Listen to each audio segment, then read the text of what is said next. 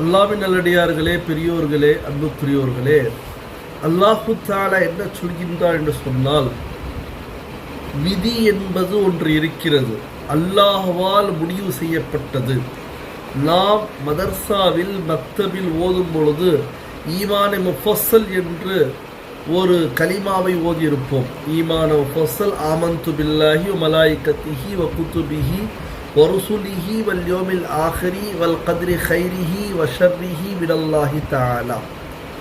இந்த ஈமான் முஃபஸ்ஸல்ல அல்லாஹ் என்ன சொல்ல வரான்னு சொன்னால், நீங்கள் ஈமான் கொள்ள வேண்டும் அல்லாஹ்வின் மீது, அல்லாஹ்வுடைய ரசூல் மீது, அல்லாஹ்வுடைய மலக்கின் மீது, கியாமத்து நாள் மீது, வல் கத்ரி கைரிஹி வ ஷர்ரிஹி மினல்லாஹி தஆலா. நல்லது நடந்தாலும் தீயது நடந்தாலும் அல்லாஹ்வுடைய புறத்திலிருந்தே நடக்கிறது என்பதை நீங்கள் ஏற்றுக்கொள்ள வேண்டும். இதுதான் விதி. இதை பற்றி குர்ஆன் ஷரீஃபில் பெரும்பாலான ஆயத்துக்கள் நம்மை வலியுறுத்துகின்றன. ஒரு இடத்தில் அல்லாஹு தஆலா சொல்வான், இன்னா குல்ல ஷைஇன் பிகதர், நாங்கள் எல்லா விஷயங்களையும், இன்னா குல்ல ஷைஇன், எல்லா காரியங்களையும், எல்லா விஷயங்களையும், ஹலக்னாஹு பிகதர், நாங்கள் படைத்திருக்கின்றோம் விதியின்படியே. சூரத்துல் கமர் என்ற அத்தியாயத்துடைய 49வது வசனத்தில் அல்லாஹு தஆலா அறிவிப்பான். இன்னொரு இடத்தில் அல்லாஹு தஆலா சொல்வான், குல், நபியே கூறுவீராக, குல்லும் மின் இந்தில்லாஹ், எது நடக்கிறதோ எல்லாமே அல்லாஹ்வுடைய புறத்திலிருந்து என்பதை நாம் விளங்கிக் கொள்ள வேண்டும். ஹஜ்ரத் அலி கர்ரமல்லாஹு வஜ்ஹு இடத்தில் கேட்கப்பட்டது விதியை பற்றி. அலி அவர்கள் எந்த அளவுக்கு இல்மிலும் கல்வியிலும் உயர்ந்தவர்கள் என்றால், அல்லாஹ்வுடைய ரசூல் சொன்னார்கள், அன மதீனத்துல் இல்ம், நான் கல்வி என்ற ஒரு நகரம் என்றால் பாபுஹு அலி, அதனுடைய நுழைவாசல் ஹஜ்ரத் அலியாக இருக்கிறார்கள். அப்படிப்பட்ட அலி அவர்களிடத்தில் கேட்கப்பட்ட கேள்வி என்ன, விதி என்றால் என்ன? விதியை பற்றி சொல்லும் பொழுது சொன்னார்கள், ஒரு காலை தூக்கி கொண்டு நில்லுங்க, நின்றுட்டோம். இன்னொரு காலையும் தூக்குங்க, நிற்க முடியுமான்னு கேட்டாங்க. நிற்க முடியுமா? நிற்க முடியாது. எனவே அதுதான் விதி. நமக்கு மதியாக இருந்தாலும் சரி, தந்திரமாக இருந்தாலும் சரி, அறிவாக இருந்தாலும் சரி, ஆற்றலாக இருந்தாலும் சரி, கல்வியாக இருந்தாலும் சரி, பதவியாக இருந்தாலும் சரி, பணமாக இருந்தாலும் சரி, செல்வமாக இருந்தாலும் சரி, செல்வாக்காக இருந்தாலும் சரி, எதுவாக இருந்தாலும் சரி, ஆனால் விதி என்று ஒன்று இருக்குது பார்த்தீங்களா, அது முன்னாடி வந்து நின்றால் அவன் யாராக இருந்தாலும் சரி, எவனாக இருந்தாலும் சரி, அந்த இடத்துடைய தலைவராக, அமீராக, ஹாஜியாக, ஹாஃபிஸாக, ஆலிமாக, இமாமாக, காதியாக, யாராக இருந்தாலும் சரி, எந்த அந்தஸ்தில் இருந்தாலும் சரி, அவனுக்கு முன்னால் விதி என்று ஒன்று வந்துவிடும் என்று சொன்னால் அல்லாஹ்வால் எழுதப்பட்ட விதி. அதை பற்றி சொல்லப்படுகிறது சுருக்கமாக, கதபல்லாஹு மகாதீர் அல் ஹலாயிகி, அல்லாஹு தஆலா படைப்புகளுடைய விதி எழுதிவிட்டான். கப்ல அன் யஹ்லுகஸ் ஸமாவாதி வல் அர்த், வானத்தையும் பூமியையும் படைப்பதற்கு முன்னால், பி50 அல்ஃப சனத்தின், 50,000 ஆண்டுகளுக்கு முன்னால் அல்லாஹ் எழுதிட்டான். வகான அர்ஷுஹு அலல் மாயி, அப்பொழுது அல்லாஹ்வுடைய அர்ஷ் தண்ணீரின் மீது இருந்தது. நான் இப்படித்தான் இருக்க வேண்டும் என்று அல்லாஹ் எழுதிட்டான். நல்லா புரிஞ்சுக்குங்க, நான் இவ்வாறு தான் இருக்க வேண்டும் என்று அல்லாஹ் எழுதிவிட்டால் அவ்வாறு தான் இருக்க முடியும்.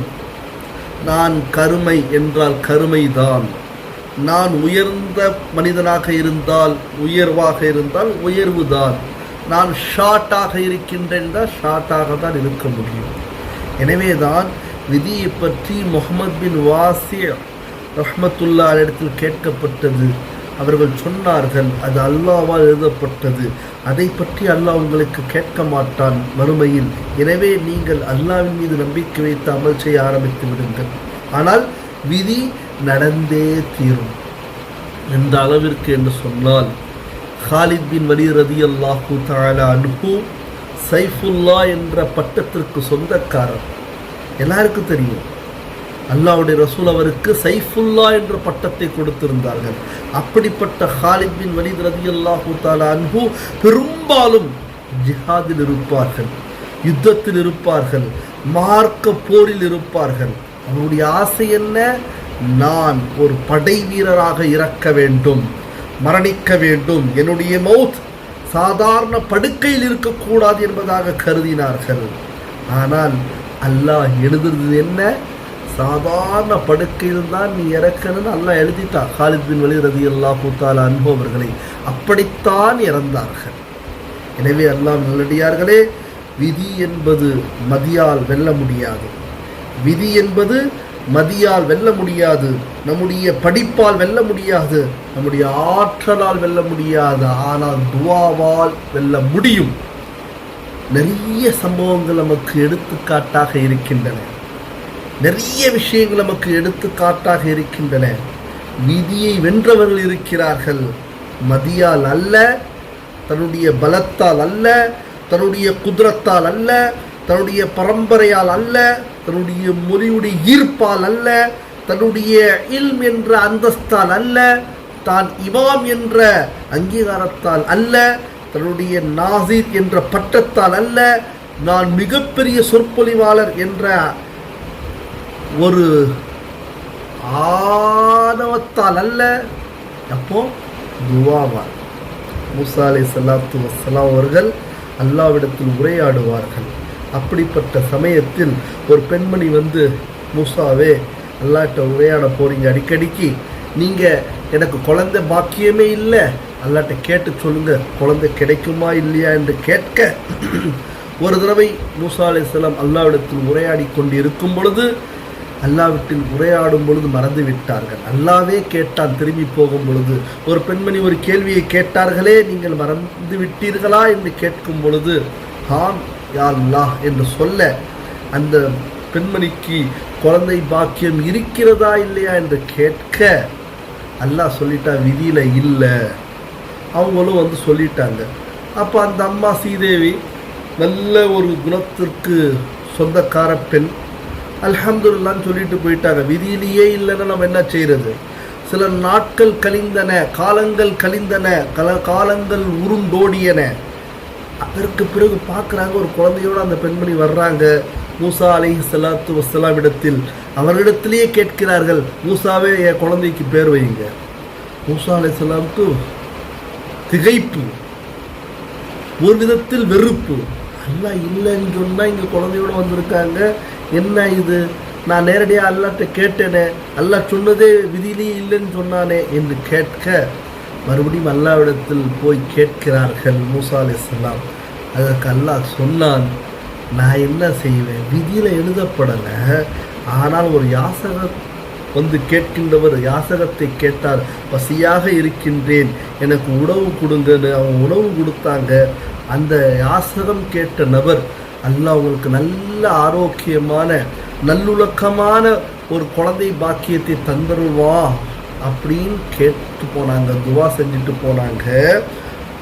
அப்போது நான் விதியில் தான் இல்லைன்னு சொன்னேன், துவா செய்தால் கிடைக்காதுன்னு சொல்லலையே நல்லா பதில் சொன்னாங்க.